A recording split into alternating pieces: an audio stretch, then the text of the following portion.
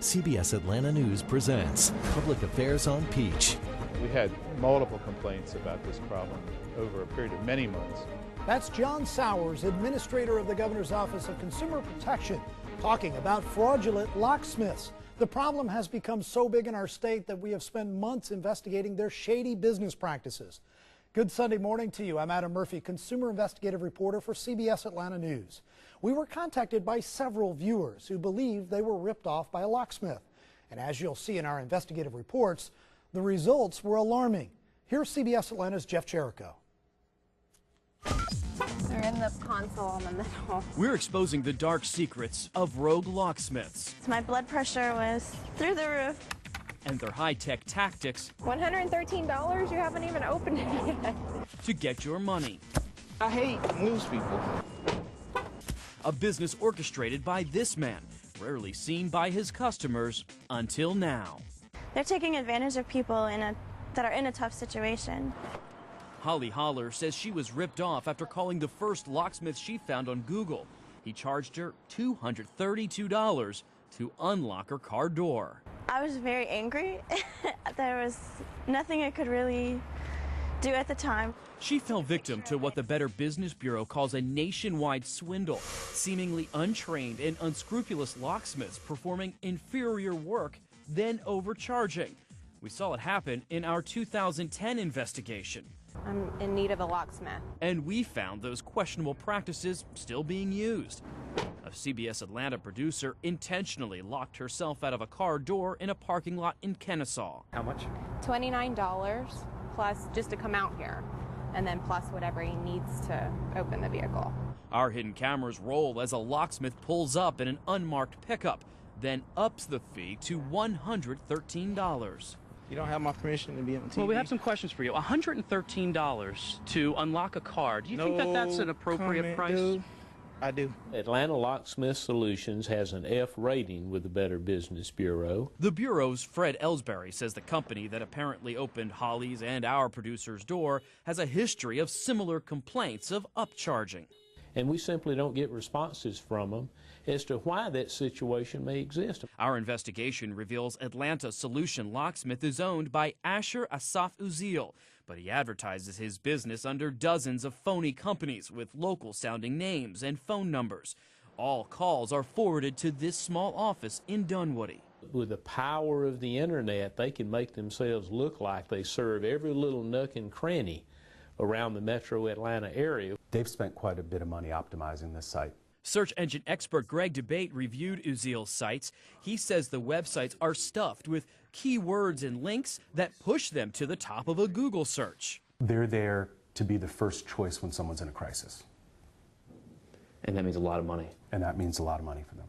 From an emotional level, it's just very frustrating. And that's taking away customers from longtime businesses like Sandy Springs Locksmith. Bert Kolker is rebranding his vans to warn potential customers. We don't want to be negative, but it's the only way we can get our message out. How you doing, Asher? Asher, I'd like to talk with you. Uziel's high prices are paying off. We caught him cruising to work in this $65,000 BMW. And he owns this $1 million home in Buckhead. Asher, can you unlock the door? We have some questions for you. But as we tried to ask him tough questions, the man who profits from locked doors hid behind his.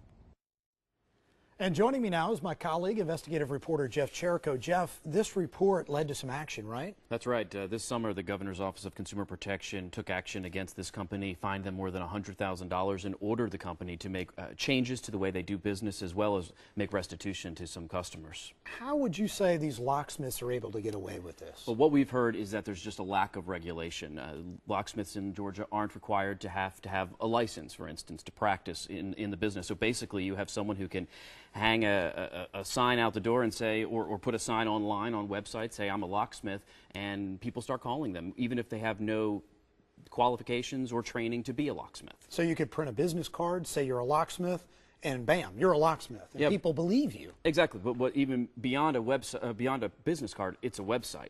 Because what do you do when you need a locksmith? You pull out your phone. You're in an emergency situation. You type in, oh, Midtown Atlanta locksmith. That's where that's my location. And within a few seconds, you have someone on the phone saying they can be out there in 15 minutes and we'll charge you $29, but when you don't know that that person's a legitimate locksmith when you call them. And one thing that I see that gets consumers is all those websites that go back to one company, and that your report identified that issue, which people may not even realize, right? Yeah, and it's not just the one guy you saw in this story. There are locksmiths across Georgia, across the country really, who have this practice down pat. They know how they can make a lot of money by posing as legitimate locksmiths, and they just choose, for a very little bit of money, they can buy websites with local sounding names, Mableton or Cumming or Forest Park Locksmith. And they're like masterminds of Google. Yeah. I mean, they know how to get to the top of the list. And when you're in a real dire situation here and you look up your local locksmith, they may not be around the corner. No, and they may not even have a storefront. And that's a really good tip for folks who are watching today. Don't wait for an emergency situation. Today, it's a Sunday. Go driving around. Go find the locksmith in your neighborhood that has a storefront. You can go inside, you can talk to those folks, and you can get their phone number and put that into your phone. Meet the manager, meet the staff there, and make sure that you know that this is a legitimate locksmith, that they are a local business, and they are reputable. Again, like Jeff said right there, you saw some really good information. One of the things that I think is great advice is to find one now, go to the shop, like you said, meet the manager, know they exist, and put the number in your phone.